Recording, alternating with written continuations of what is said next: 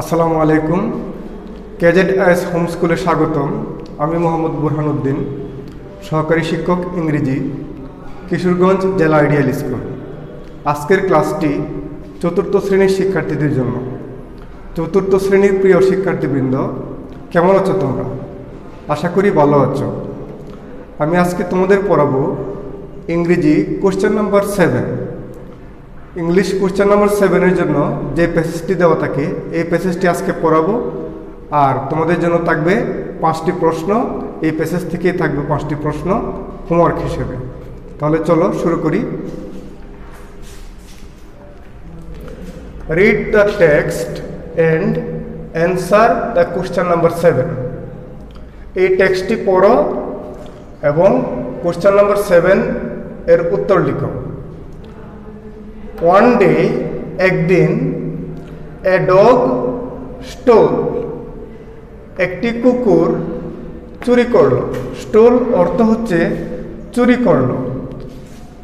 a piece of meat, এক টুকরো মাংস। পিস অর্থ হচ্ছে টুকরো আর মিট অর্থ হচ্ছে মাংস। এক টুকরো মাংস চুরি করলো।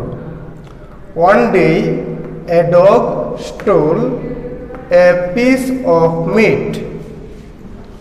একদিন এক কুকুর এক টুকরো মাংস চুরি করল। He ran, say দৌড়ছিল, with the piece of meat, মাংসের টুকরোটু নিয়ে, in his mouth, তার মুখে।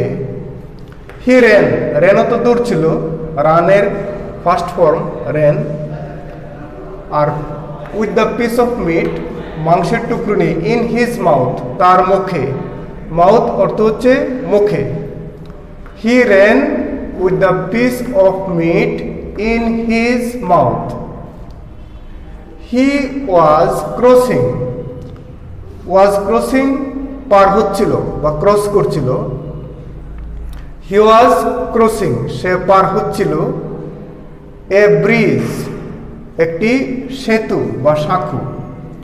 ব্রিজ অর্থ হচ্ছে নদীর উপর যে ব্রিজ থাকে বা সেতু থাকে বা সাঁকো থাকে, এটাকে বাঁশের সাঁকো ধরা যেতে পারে। হি ওয়াজ ক্রসিং এ ব্রিজ, সে একটি বাঁশের সাঁকো পার হচ্ছিল।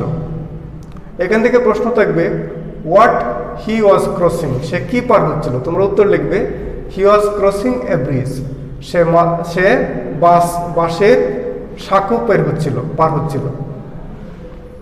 হি স, সে দেখলো, হিজ ওন শ্যাডো, তার নিজের ছায়া। শ্যাডো অর্থ হচ্ছে ছায়া, আর ওন নিজের, আর স অর্থ হচ্ছে দেখলো। সি এর ফার্স্ট ফর্ম হচ্ছে স। হি স, সে দেখলো, হিজ ওন শ্যাডো, তার নিজের ছায়া। ইন দ্য ওয়াটার, পানির উপর। বেলো, নিচে। অর্থাৎ সে যখন সেতুটি পার হচ্ছিল, সাঁকোটি পার হচ্ছিল, তখন নিচে তাকিয়ে দেখলো যে পানির মধ্যে তার ছায়া ভাসতেছে। কিন্তু সে এটাকে ছায়া, তার নিজের ছায়া মনে করেনি। সে মনে করেছে সেটাও তার মতো আরেকটি কুকুর। বেলো অর্থ হচ্ছে নিচে, আর শ্যাডো ছায়া। He saw his own shadow in the water below. He took it for another dog. Took, এটা হচ্ছে ফার্স্ট ফর্ম। এর অর্থ হচ্ছে টুকের অর্থ নিয়েছিল, কিন্তু এখানে অর্থ নেওয়া বোঝাবে না। টেকের ফার্স্ট ফর্ম, আর টুকের পর এখানে ফর আছে, এজন্য বোঝাবে সে ধরে নিয়েছিল বা মনে করেছিল। হি টুক ইট, সে এটাকে মনে করেছিল। ইট বলতে কাকে বোঝাচ্ছে? যে তার যে ছায়াটা পড়ছে নদীর পানির উপর, এই ছায়াকে সে ধরে নিয়েছিল, কুকুরটি ধরে নিয়েছিল। হি টক ইট ফর অ্যানাদার ডগ, সে এটাকে বা ওই ছায়াকে আরেকটি কুকুর মনে করেছিল। অ্যানাদার ডগ, আরেকটি কুকুর। ইট হ্যাড, এর ছিল, ইট বলতে যে ছায়াটা ভাসছে পানিতে, ওই কুকুরটিরও ছিল। It had also a piece of meat, তার মুখেও একটি মাংসের টুকরো ছিল। ইন ইটস মাউথ, তার মুখে, অর্থাৎ যে কুকুরের যে ছায়াটা ভাসছে ওই কুকুরটির মুখেও এক টুকরো মাংসের একটা টুকরো ছিল। ইট হ্যাড, এটার ছিল, বা ওই ছায়া কুকুরটির ছিল। It had also a piece of meat in its mouth. The dog was greedy, কুকুরটি ছিল লুবি। গ্রিডি অর্থ হচ্ছে লুবি, অর্থাৎ কুকুরটি ভাবছিল যে আরেকটি কুকুরের মুখে মাংস আছে, ওটাও সে চাচ্ছিল নিজের করে নিতে। এই জন্যই বলছে দ্য ডগ ওয়াজ গ্রিডি, কুকুরটি ছিল লুবি। হি ওপেন্ড হিজ মাউথ, সে তার মুখ খুলল। ওপেন্ড খুলল, হিজ মাউথ তার মুখ। অ্যান্ড বার্কড অর্থ হচ্ছে গেউ গেউ করলো, অর্থাৎ সে কেন গেউ গেউ করতে চাচ্ছিল? যাতে ওই কুকুরটির মাংসের টুকরোটাও সে নিতে পারে, এই জন্যই সে মুখ খুলে গেউ গেউ করছিল। হি ওপেন্ড হিজ মাউথ, সে তার মুখ খুলল। অ্যান্ড বার্কড, এবং গেউ গেউ করল। আর তখন কি হলো? তখন স্বাভাবিক আমরা বুঝতে পারছি যে তখন তার নিজের মাংসের টুকরোটা মুখ থেকে পড়ে গেল। এটাই বলছে এখানে, his own piece of meat, তার নিজের মাংসের টুকরোটু ফেল ইনটু দ্য ওয়াটার, পানির মধ্যে পড়ে গেল। প্রিয় শিক্ষার্থী, এই প্যাসেজটি তোমরা পাবে অ্যাডভান্স বইয়ের পৃষ্ঠা নাম্বার 247-এ। তো আমরা এই প্যাসেজের অর্থটা বুঝলাম। এখন হোমওয়ার্কের জন্য এই প্যাসেজ থেকে 5টি প্রশ্ন থাকবে, তোমরা সেন্টেন্সের মাধ্যমে এই 5টি প্রশ্নের উত্তর দেবে। আর এটা হচ্ছে কোশ্চেন নাম্বার 7 বা প্রশ্ন নম্বর 7। কোশ্চেন নাম্বার 7-এ এভাবে লেখা থাকে, অ্যান্সার দ্য ফলোয়িং কোশ্চেনস, নিচের প্রশ্নগুলোর উত্তর দাও। ফলোয়িং মানে নিচের, কোশ্চেন প্রশ্নগুলোর উত্তর দাও। ইন সেন্টেন্সেস, বাক্যের মাধ্যমে। Number A, what did a dog steal? Steal অর্থ চুরি করা, আর প্যাসেজের মধ্যে আমরা পেয়েছি স্টোল। স্টিল হচ্ছে প্রেজেন্ট ফর্ম আর স্টোল হচ্ছে ফার্স্ট ফর্ম। স্টিল চুরি করে আর স্টোল চুরি করেছিল।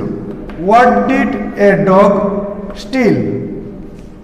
একটি কুকুর কি চুরি করেছিল? ওয়ান ডে, একদিন।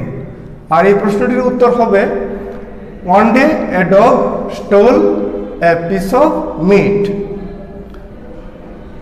Number B, where was the piece of meat? মাংসের টুকরোটি কোথায় ছিল? হোয়ার, কোথায়?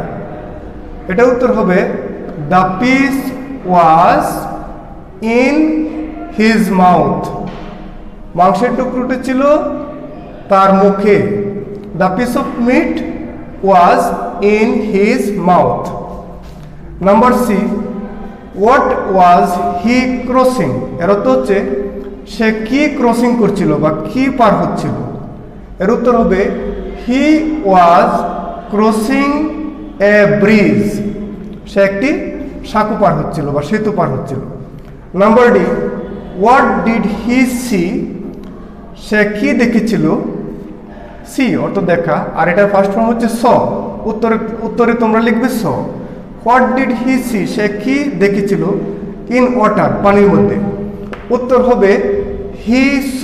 সি এর পরিবর্তে তোমরা উত্তরে লিখবে saw. He saw his own shadow, তার নিজের ছায়া। ইন ওয়াটার, পানিতে। Number E, how was the dog? কুকুরটি কেমন ছিল? কুকুরটি কেমন ছিল? কুকুরটি ছিল লুবি, আর লুবি ইংলিশ হচ্ছে গ্রিডি। উত্তর হবে, দ্য ডগ ওয়াজ গ্রিডি। কুকুরটি ছিল লুবি। প্রিয় শিক্ষার্থী, আশা করি তোমরা আজকের লেসনটি ভালোভাবে বুঝতে পেরেছ। আমি আবারও আসবো পরবর্তী লেসন নিয়ে। তোমরা ভালো থেকো।